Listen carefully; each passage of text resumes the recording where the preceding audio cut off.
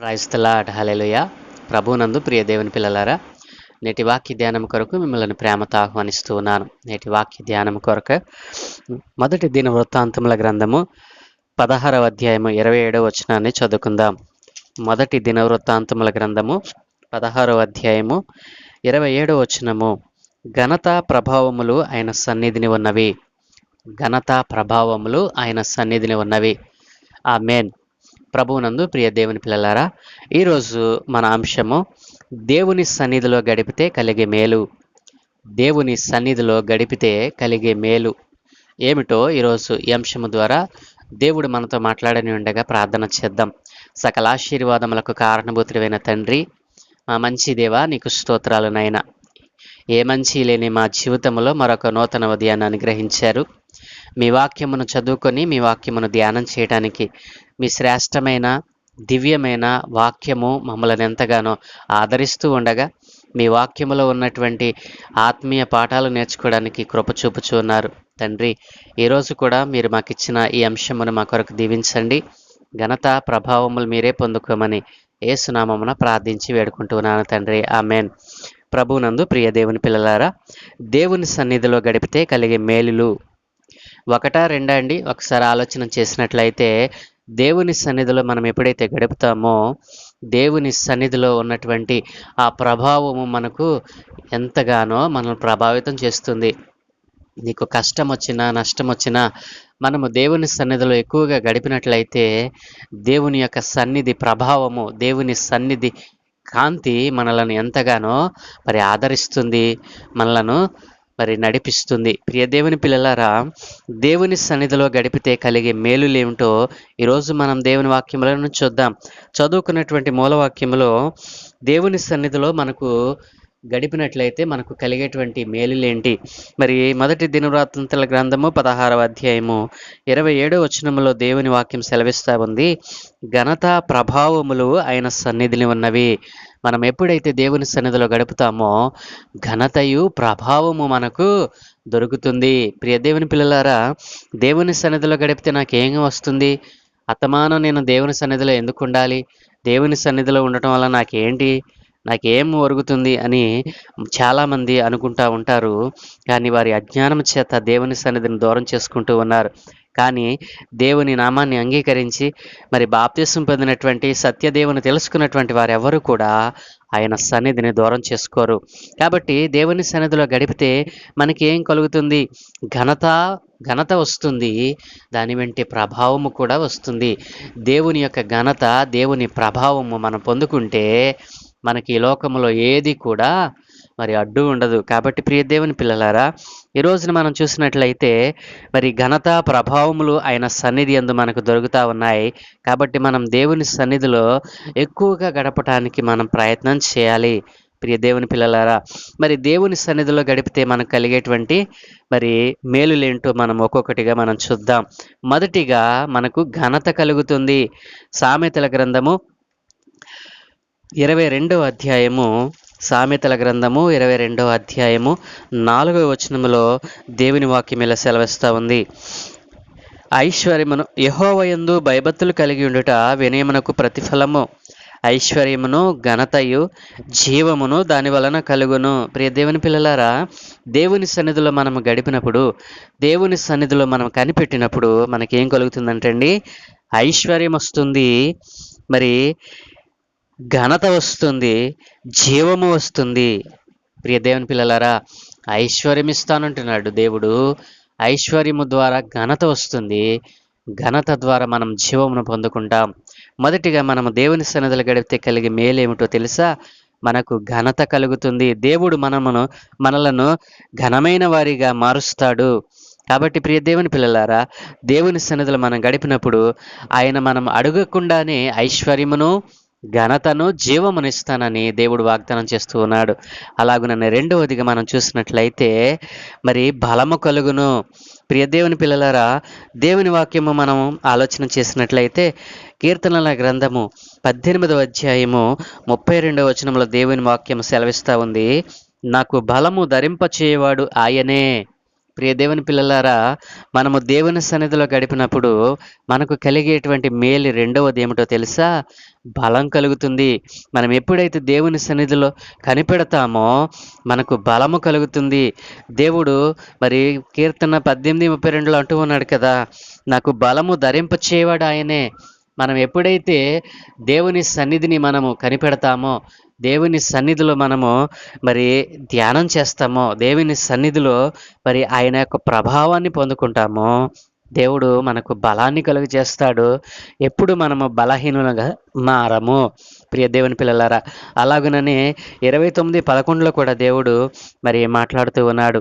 నెహెమీయా గ్రంథం 8:10లో కూడా దేవుడు మనకు బలము కలుగ చేసేటువంటి వాడుగా ఉన్నాడు. ప్రియ దేవుని పిల్లలారా, దేవుని సన్నిధిలో గడిపితే కలిగే మూడవ మేలు ఏంటో తెలుసా?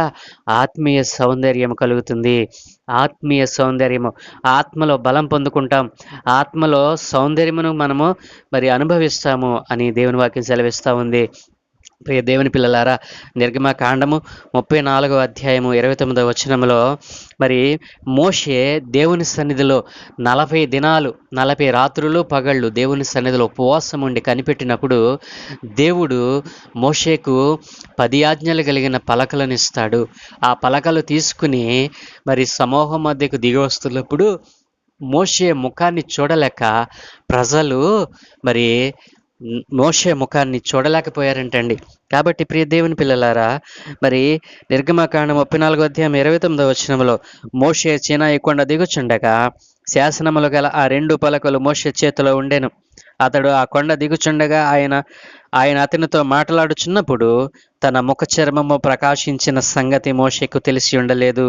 ప్రియ దేవుని పిల్లలారా, ఆ ముఖ సౌందర్యమును చూసినప్పుడు ప్రజలు మరి దేవుడు ఆయనతో మాట్లాడుతూ ఉన్నాడు. ఆయన ముఖము ప్రకాశించుచున్నదన్న సంగతి కూడా మోషే ఎరగలేదు. కాబట్టి ప్రియ దేవుని పిల్లలారా, ఎప్పుడైతే మోషే 40 దినాలు 40 రాత్రులు పగలు ఉపవాసం ఉండి దేవుని సన్నిధిలో కనిపెట్టినప్పుడు మరి దేవుని ధర్మశాస్త్ర సంబంధమైన 10 ఆజ్ఞలు కలిగిన పలకలు దేవుడు మోషేకు అందించి ఆయనతో మాట్లాడుతూ ఉన్నప్పుడు ఆయన ఆత్మీయ సౌందర్యము ప్రకాశించింది.